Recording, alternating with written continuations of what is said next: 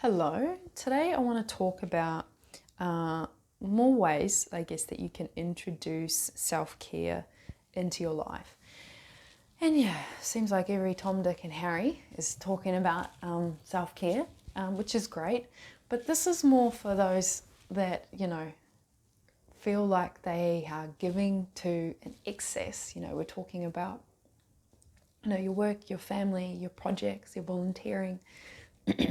That there's an extremity to self-care in which it becomes almost like selfishness, and then there's absolute no self-care, which can be sabotaging, and there's somewhere in the middle that suits you, right? And the reason I wanted to talk about this topic is also show you that self-care doesn't have to be expensive, and nor does it have to be something trendy. So I'm just going to jump right into it. I'm going to talk about 11 ways in which you can introduce more self-care into your life. Some of these are going to resonate with you and some of them are not, and that's okay.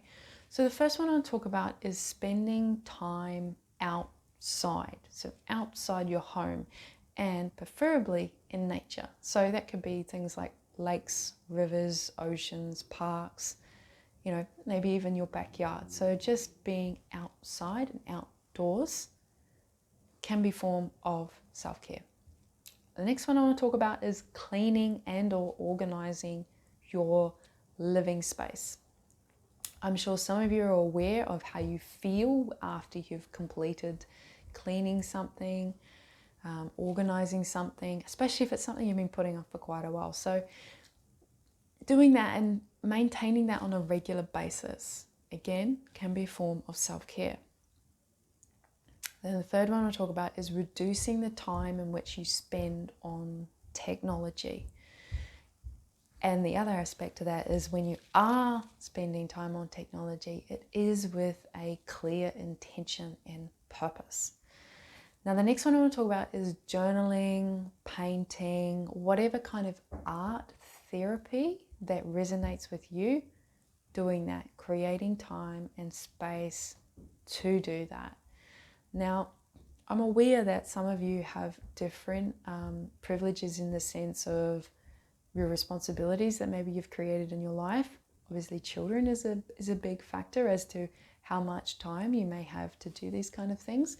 And you know what? Sometimes you can involve your children in some of these self-care practices.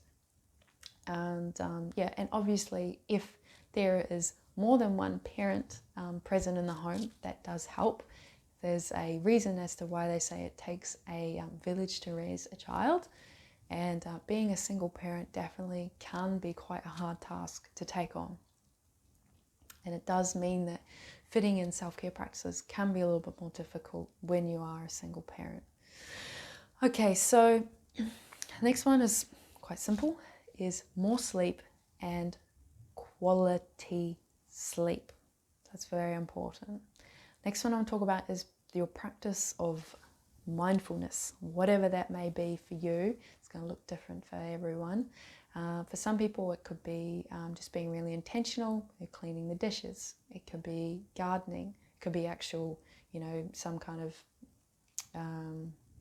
guided meditation, or a practice in which you just sit in quiet with no distraction, looking at a wall. I don't know. It's going to look different for everyone, but your practice of mindfulness and that which really resonates with you.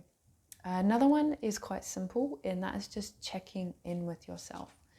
Whenever you get a moment throughout the day, is just internally asking yourself, what am I feeling? Where am I feeling these things? Those simple questions. And just recognize it. You don't have to attach in a story to it. It could just be, oh, I am feeling hungry. Okay, well, I need to eat. Or, oh, I feel sad. Okay, is there anything I can do to support that? So, it's very simple questions. And, if you've been doing it at least once a day, that is a self-care practice. Another one is to move your body. So obviously that could be things like running, cycling, dancing, whatever it is that you like to do that. Moving your body. It does not have to be strenuous, you don't have to be training for a marathon, but if that's what you want to do, that's cool too. So yeah, moving the body, because it helps with moving energy, emotions around the body and out the body if it needs to get out. Another one is connecting with your loved ones. It sounds simple because it really is most of the time. So yeah, connecting with those that you feel are really supportive. And there's also a reciprocity in that relationship too. So, you know, you support them, they support you. That can be really helpful. Another one is eating healthier foods.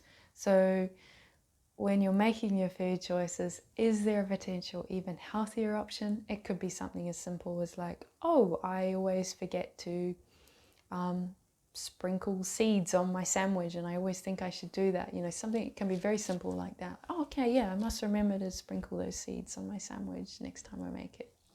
So just what ways can you create more healthiness, I guess you could say, in their food choices?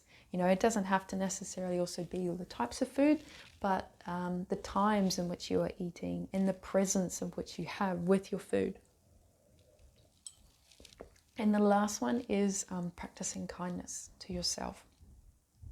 So if you're noticing that you are internally having conversations, it doesn't have to be internal conversations, but with yourself, you're telling yourself things, whether they be out loud or internally, and whether that's something that you feel like that's something that you would say to someone else. You know, and if it's not kind, and it's not something you would normally say to someone else, well, how can you change that conversation with yourself?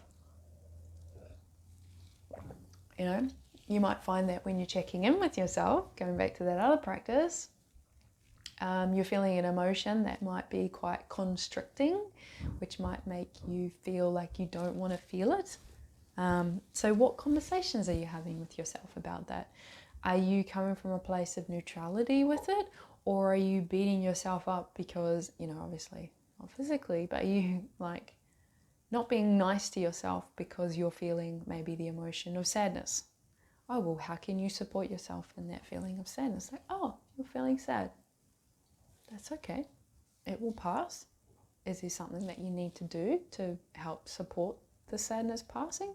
Or does it just need to sit there and be witnessed? And, you know, there's obviously lots of practices and philosophies that can help with that.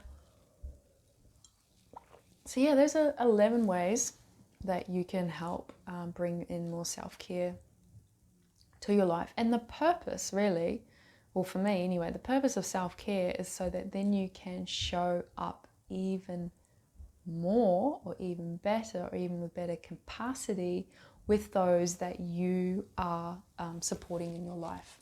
Again, whether that be with your work, your family, your projects, your volunteering, etc. So yeah, that's that. That's all I needed to say. If you have any self-care practices that you want to mention and encourage others, you're welcome to leave that in the comment section down below. If you've got any questions, again, you're welcome to reach out to me. There's a number of social media platforms that I'm on that you can contact me through, and I will see you in the next vlog.